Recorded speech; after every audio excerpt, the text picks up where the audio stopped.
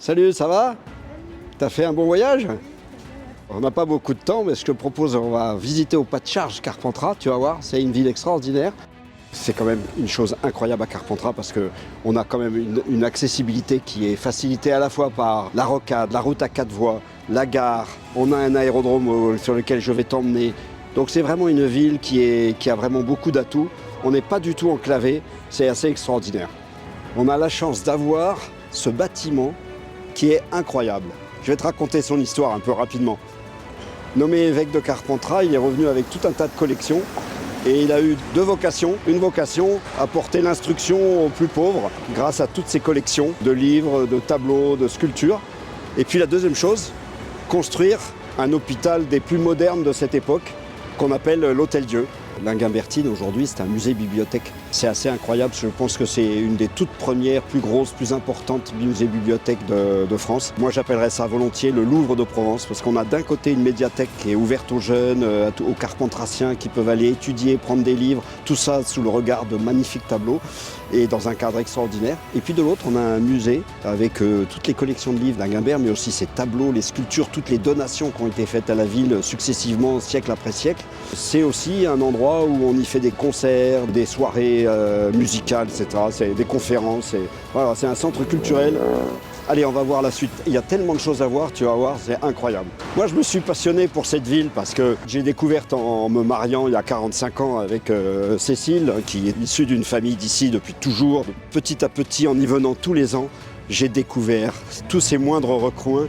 Et maintenant, je prends plaisir à montrer tout ça et à me dire mais qu'est-ce qu'on pourrait faire de cette ville qui est incroyable. Alors là, on arrive évidemment à la rue de la Rep. La rue de la Rep, c'est la rue commerçante. C'est une rue qui est sympa, rue piétonne. Malheureusement, les commerces ferment. Regarde comme à l'image de ce bâtiment. Je pense que en faisant les marchés, les brocantes à l'intérieur de la ville, ça peut peut-être donner un peu plus de dynamisme à la ville. Alors viens, on va aller voir un bâtiment assez étonnant ici. Donc là, la chapelle, c'est une ancienne chapelle qui aujourd'hui est plutôt un site d'exposition. La chapelle du collège et à côté, c'est le collège. Aujourd'hui, la maison des associations. Mais le collège, c'est célèbre à Carpentras, parce qu'en fait, Carpentras était très tôt une ville d'enseignement, une ville centre, où les jésuites, mais bien avant d'autres ordres, se sont installés pour enseigner. D'ailleurs, Pétrarque a fait ses études ici. Ça fait partie un petit peu de toutes les histoires du comte avenassin. Toutes les ruelles regorgent d'hôtels particuliers. Classés ou pas classés, mais en tout cas cachés derrière ces murs, il y a des cours, des patios, des hôtels du 18e, du 17e, incroyable. Et là, ici, par exemple, l'hôtel Sobira. Alors, il en reste juste une enseigne. Malheureusement, cet hôtel est fermé depuis des années à la visite, alors qu'il a été donné à la ville avec tous les meubles et qu'à l'intérieur, on se retrouve au 18e siècle dans un hôtel particulier. Et on se rend compte comment vivait une famille à cette époque. C'est quand même dommage de ne pas pouvoir faire vivre ces musées qui, de toute façon, un jour, il faudra les réouvrir, les entretenir. Voilà, donc ça, c'est un travail important. Puis ces ruelles sont magnifiques. S'il y avait un peu de verdure, ce serait très beau. Je propose qu'on aille voir la cathédrale, tu vas voir. Cette cathédrale, c'est une des plus grandes du Vaucluse et de Provence. En fait, ce qu'elle a d'incroyable, c'est qu'elle est très très belle et elle recèle des trésors très particuliers. Peu de Français le savent, mais ici, à Carpentras, on a un clou du Christ qui a été découvert par Sainte Hélène, la mère de l'empereur Constantin. Sainte Hélène a monté ce clou du Christ en mort à cheval pour que le Christ guide son fils sur le trône. Tu vas voir, viens. Il a été trouvé en l'an 300 par les mystères de l'histoire du monde, des croisades et autres. Il est arrivé ici à Carpentras en l'an 1200 et depuis cette époque, c'est le symbole de la ville de Carpentras. Sur les armes de la ville, tous les papiers officiels, tout ça, c'est le Saint-Maur. On appelle ça le Saint-Maur, mort à cheval. Cette niche donne sur la chambre de l'évêque, parce que le palais qui est juste à côté aujourd'hui, palais de justice, c'était le palais de l'évêque. Et il avait sa chambre qui donnait là, il pouvait suivre la messe de là-bas. Tu vas voir encore un autre truc incroyable de Carpentras. Il faut se dire que c'était un état du pape, c'était la capitale du pape, c'est donc une ville italienne, très influencée par l'Italie. Eh bien regarde, on a la copie exacte du palais Farnèse ici. Regarde ça, ce palais, c'est l'exacte copie du palais Farnèse, qui est aujourd'hui l'ambassade de France à Rome. Et en fait, ils ont construit ici l'exacte copie pour faire le palais de l'évêque. Incroyable, qui était légat du pape. Et aujourd'hui, c'est le palais de justice, heureusement, qui a une grande activité, qui fait que du coup, il y a une cour, qu'il y a beaucoup d'avocats, et c'est pour ça que Carpentras est un siège important. Là, on a beaucoup parlé de l'Église catholique, parce que c'était le siège du pape. Mais ça a été aussi une capitale juive, ici, Carpentras. Et d'ailleurs, il nous reste une synagogue extraordinaire, magnifique, un vrai joyau.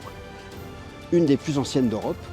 Voilà, on arrive sur la place de la mairie. Tu vois des tracés de carrelage un peu différents, blanc et gris, qui marquaient l'ancien plan de la ville et commençait ici le quartier juif. Vu de l'extérieur, comme l'imposait la législation française, tous les cultes avaient le droit d'avoir leur siège, mais ne devaient pas le manifester à l'extérieur. C'est pour ça qu'à l'extérieur, là, on ne voit pas que c'est une synagogue. C'est un très beau bâtiment. La synagogue est à l'intérieur. Regarde, ça, c'est les halles, les anciennes halles du XVIIe siècle, qui mériteraient d'être entretenues, améliorées. Regarde, on voit les vieux plafonds là qui sont restés. Et tu vas voir dans cette vieille échoppe, elle est incroyable cette échoppe, elle est restée comme elle était au XVIIe siècle. Bonjour monsieur. Ça va? Ce monsieur est plein de goût puisqu'il mélange les fruits, les légumes et les tableaux. C'est ça qui est bien. C'est super. Les poires des Alpes, incroyable. Regarde, on pourrait faire un concours des portes. Il y a des vieilles portes partout. C'est par là. Alors regarde, cette tour d'orange, c'est tout ce qui reste des remparts. Ce qu'il y a de très dommage, c'est qu'ils ont gardé que cette porte, la porte d'Orange, parce qu'elle donne sur la route d'Orange. Mais malheureusement, elle est fermée au public. Je ne comprends pas pourquoi elle n'est pas tout le temps ouverte. Moi, je rêve d'une chose, c'est de faire les travaux qu'il faut pour qu'on puisse mettre en sécurité et que les gens puissent y aller, parce que là-haut, il y a un point de vue incroyable. Regarde là, l'avion va se poser, il est magnifique. C'est un très bel aérodrome en soi, parce que la piste est longue, elle a été renforcée par l'armée de l'air. L'agglomération qui a en charge le développement économique de l'aérodrome, qui visiblement n'a aucune vision, aucune politique de développement, ce qui fait que tout doucement, ça décrépit, c'est dommage. Il faudrait compter le nombre de villes de 30 000 habitants dans la région qui ont un aérodrome, une gare, une rocade à 4 voies, au pied du Mont Ventoux, au pied du Luberon. On a la chance d'avoir un hippodrome. En fait, l'hippodrome, il témoigne de cette richesse qu'a été Carpentras au siècle dernier, jusqu'au début du siècle, jusque dans les années 50. Cette ville qui était une ville maraîchère, après avoir été une ville capitale, c'est devenu une ville d'expédition, une ville de conserverie. Donc il y avait beaucoup de richesses à la fois agricoles, industrielles. Au même titre qu'en centre-ville, on a une piscine couverte, une des toutes premières de 1930. Et bien à peu près de la même époque a été construit et conçu cet hippodrome. Plusieurs hectares qui appartiennent à la ville. Et il y a à peu près 7-8 réunions par an. Avignon, 20 minutes. Par le train, 30 minutes. C'est extraordinaire. Et là, on arrive à Carpentras, c'est magnifique. En fait, le pôle santé qui a été construit dans les années 90 ici donne une image de modernité de la ville, alors que c'est une ville historique. Et alors la nuit, c'est assez extraordinaire justement, parce qu'en fait, avec les éclairages, ça a beaucoup de classe. Maintenant, il reste à faire une seule chose, c'est que ce pôle santé perdure, fonctionne, recrute des médecins et que les urgences soient ouvertes à nouveau en permanence. Carpentras, c'est la ville-centre. Quand on regarde le plan des routes, on a une espèce d'araignée qui part de Carpentras et qui diffuse vers tous les villages. Et en fait, ce qu'il faut imaginer, c'est que Carpentras, sans ses satellites que sont les villages, c'est toute l'âme du comtat venessin qui n'existerait pas. C'est une campagne magnifique. Et là, tu vas voir, je vais te faire découvrir des petits villages. On n'a pas le temps d'aller tout voir, mais quelques petits points de vue extraordinaires qui donnent cette impression de grandeur. Regarde, tu as Crillon, Crillon le Brave. C'est le D'Artagnan un siècle avant. Ce soldat qui vient d'Avignon, qui est chevalier de Crillon, d'où sa statue qui est ici au village, et qui est allé combattre sous 5 rois. Toute cette plaine, c'est magnifique. Bédouin qui est sur la gauche, et ensuite on monte sur les monts du Vaucluse en direction du plateau de Sceaux. En fait, ce qu'il faut que comprennent les gens, c'est qu'il faut trouver des gros investisseurs comme ça qui viennent, qui misent sur une ville, sur un village. C'est le seul moyen, si on compte que sur les subventions publiques et les impôts pour se développer, ça ne marchera pas. Regarde les dentelles, c'est magnifique. D'ici, cette crête incroyable découpée comme un dinosaure, les dentelles de Montmirail.